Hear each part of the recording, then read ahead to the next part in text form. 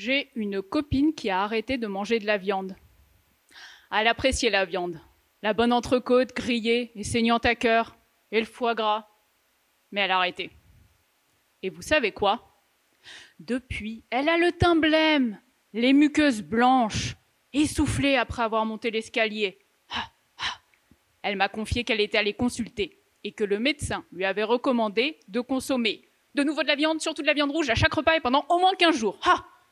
Elle m'a demandé ce que j'en pensais, moi qui fais une thèse en nutrition. Eh bien, c'est vrai qu'en mangeant de la viande, on prend moins le risque de manquer de fer, d'être anémié. En même temps, il ne faut pas en manger trop.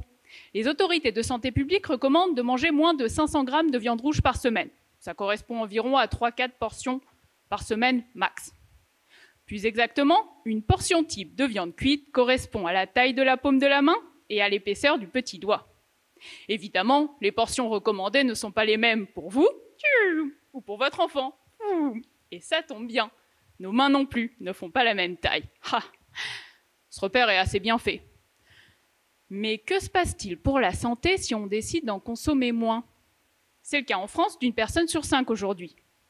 La tendance consiste à prendre majoritairement des repas sans viande et à se faire plaisir de temps en temps, lors de repas festifs par exemple. C'est ce que l'on appelle la tendance flexitarienne. Peut-on s'en passer sans développer de sérieuses carences? Je dirais que oui, pour la majorité des adultes. En fait, ce qui compte, c'est ce que l'on mange par ailleurs.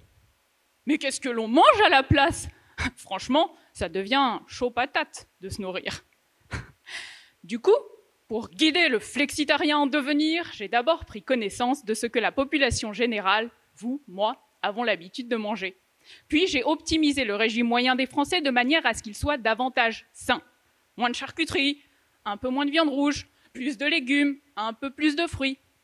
Tout en optimisant, j'ai forcé mon modèle informatique à remplacer l'ensemble des viandes par d'autres aliments. Des aliments qu'on a peu l'habitude de consommer en France, mais qui sont intéressants sur le plan nutritionnel. Comme par exemple, oui, les lentilles ou le quinoa. Je teste dans quelle mesure on peut baisser la viande sans que cela altère la qualité de l'alimentation, soit globalement mauvais pour la santé. Par exemple, pour ce faire, je calcule des niveaux d'apport en fer, puis on en déduit un risque d'être anémié.